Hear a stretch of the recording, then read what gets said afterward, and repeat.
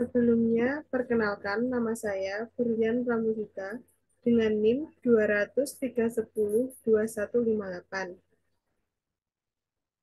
Di sini saya akan menjelaskan tentang mekanisme Bank BNI. Sebelumnya, yang dimaksud dengan Bank BNI yaitu Bank BUMN atau Badan Usaha Milik Negara pertama yang menjadi perusahaan publik setelah mencatat sahamnya di Bursa Efek Jakarta dan Bursa Efek Surabaya pada tahun 1996. Seperti diketahui, Bank BNI memiliki sejumlah produk simpanan atau tabungan yang dapat dipilih nasabah, mulai dari BNI Taplus, BNI Taplus Bisnis, BNI Taplus Muda, BNI Dolar, BNI Taplus Anak, Tabunganku, hingga BNI Simpel. Dari beberapa tabungan, ada beberapa biaya yang terbesar sesuai dengan kebijakan BNI di tahun 2023.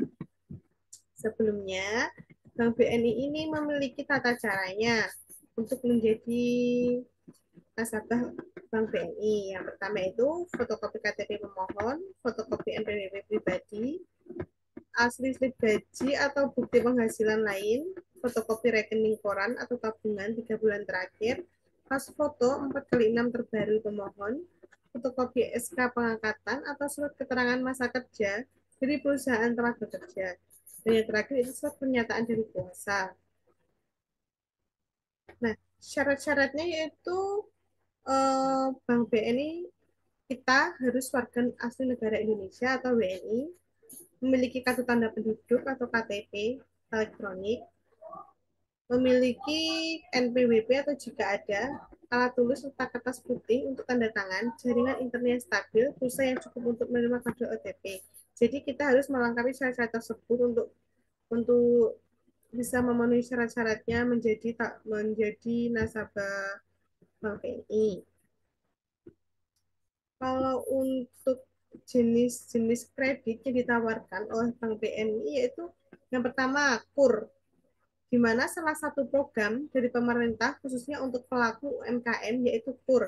Lewat program ini, nasabah bisa mengajukan pinjaman dengan bunga yang rendah mulai dari 6% per tahun.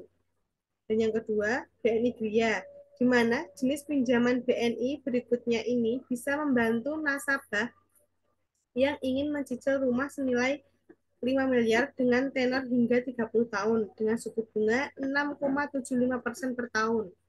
Yang ketiga yaitu jenis kredit BNI Flexi, di mana jenis pinjaman BNI berikutnya ini ditujukan khusus untuk karyawan dengan limit pinjaman hingga 500 juta dengan tenor 15 tahun.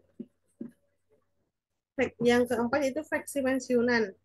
Jenis pinjaman BNI berikutnya ini memiliki limit hingga 500 juta dengan persyaratan penghasilan bersih sebesar 1.500.000.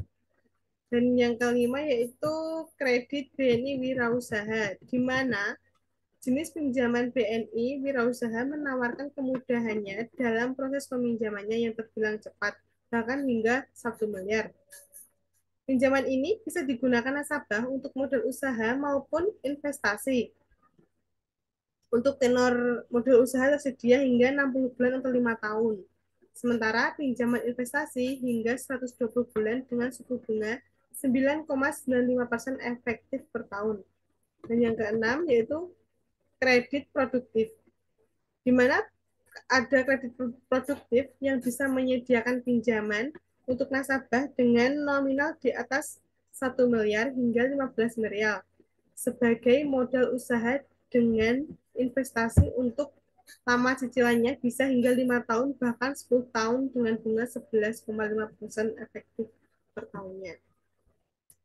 Sekian penjelasan sedikit dari saya tentang Bank BNI.